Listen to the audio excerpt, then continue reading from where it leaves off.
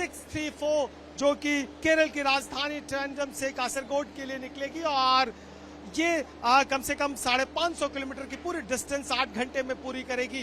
ये ट्रेन अपने आप में न केवल निर्माण के लिहाज से अलग है बल्कि बदलते भारत के तस्वीर के तौर पे भी आप इसे देख सकते हैं। और ये ट्रेन जो सीरीज की 15वीं ट्रेन है, क्योंकि वंदे भारत ट्रेन जो वाराणसी से पहले इसकी शुरुआत हुई थी और प्रधानमंत्री ने कहा था कि अमृतकाल के महोत्सव पे देश में 75 ट्रेनें चलाई जाएगी।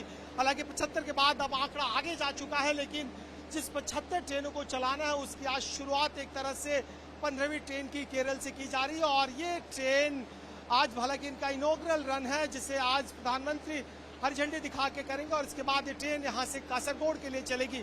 आखिर ये ट्रेन बाकी ट्रेनों से अलग क्यों है, तमाम देश के अलग अलग हिस्सों में इसकी डिमांड क्यों है, हम आपको अंदर से चल के दिखाएंगे कि आखिर क्या खास है इन ट्रेनों के लिए।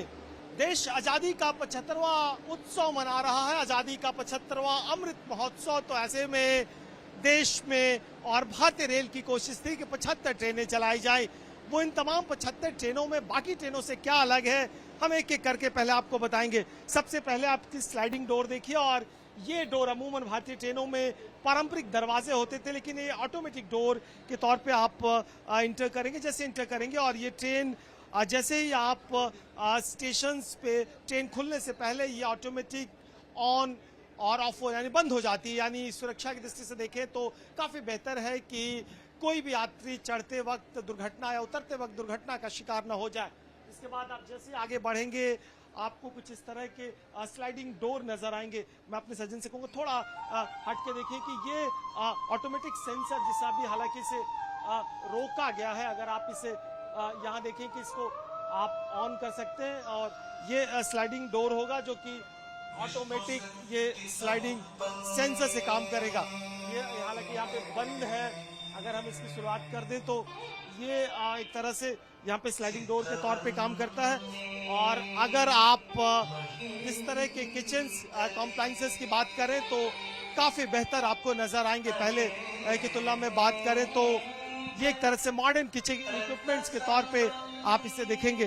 दूसरी तरफ आप जब नॉर्मल डब्बों में इंटर करेंगे तो हालांकि जो सिटिंग अरेंजमेंट है वो आपको 3 और 2 का नजर आएगा, क्योंकि एक तरफ 3 और दूसरी तरफ 2 नजर आएगा। लेकिन इसकी कुशनिंग की बात करेंगे तो आपको काफी पहले से बेहतर नजर आने वाला है। यहाँ पे अगर आप देखें इसकी रिक्लाइनिंग की बात करें तो हम यहाँ पे आप रिक्लाइनिंग का भी आपके पास ऑप्शन होगा ये। और इसके अलावा यहाँ पे चार्जिंग यूनिट्स भी हर ट्रेन में दी गई है। फुट रेस्ट के लिए भी प्रॉपर आपको नीचे स्पेस दिया गया है ऑलरेडी करके, ये फुट रेस्ट के लिए स्पेस दिया गया है। नीचे बॉटल्स रखने के लिए स्पेस दिया गया है।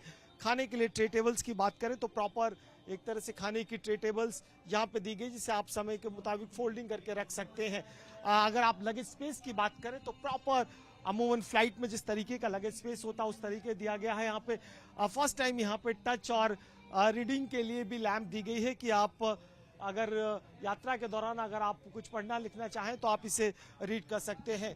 खास ध्यान रखा गया है ब्रेल लिपीज में दिया गया है, जिससे अगर कोई दिव्यांगजन इसे पढ़ना चाहे तो ये इसे पढ़ सकता है। पहली बार टॉक बैक अमूमन जो भारतीय ट्रेनों में हुआ करता था कि जिस तरीके से इमरजेंसी में बात करना हो आपको गार्ड से और या फिर पीछे के जो गार्ड से इंजन से पायलट से, तो आप यहाँ पे बात कर सकते हैं। दूसरी तरफ प्रॉपर एक डिस्प्ले बोर्ड आपको नजर आएगा। यहाँ पे देखिए कि प्रॉपर डिस्प्ले बोर्ड है जहाँ पे रीजनल भाषा में भी एक तरह से साइनेज दिए जाएंगे। और न केवल डिस्प्ले बोर्ड में इंटरटेनमेंट की भी चीजें आपको दी जाएगी। और देखिए कैसे प्रधानमंत्री किसी वंदे भारत के इनॉग्रल में रेल मंत्री उनको ब्रीफ करते हुए, सो इस तरह के बेसिक्स आपको फीचर दिए जाएंगे। दूसरी तरफ आप अगर हम आए तो ये एक तरह से आपको सीधा नजर आएगा किस तरीके से सेंसर यहाँ पे सीधे काम करेगा। ये देखिए कि कैसे अभी अचानक मेरे आने के बाद ये सेंस करके गेट आप ऑटोमेटिक खुल जाएगा। सो तमाम तरह के फीचर हमारे साथ रेलवे बोर्ड के एडीजी एस बावेजा साहब मौजूद, उनसे बातचीत करेंगे। सर, भारतीय रेल में एक तरह से बड़े बदलाव के तौर पर गुजर रहा है और इन ट्रेनों का क्या इंपॉर्टेंस है वंदे भारत ट्रेनों की बात करें? सबसे पहले तो मैं सभी केरला वासियों को, मलयालियों को बधाई देता हूं कि प्रधानमंत्री जी आज एक वंदे भारत की सौगात उनको दे रहे हैं, जो कि सबसे दक्षिण का जो उनका जिला है तिरुवनंतपुरम और उत्तर का जो जिला है कासरगोड, इनको जोड़ेगी। 586 किलोमीटर की यात्रा 8 घंटे 5 मिनट में पूरी करेगी। ये सभी सुविधाओं से लैस है, जैसे कि आप देख सकते हैं कि आप सीट को ऐसे भी रख सकते हैं, घुमा के वैसे भी कर सकते हैं। रिक्लाइनिंग चेयर्स हैं, एयर कंडीशनड है और पूरी सुविधाओं से लैस है।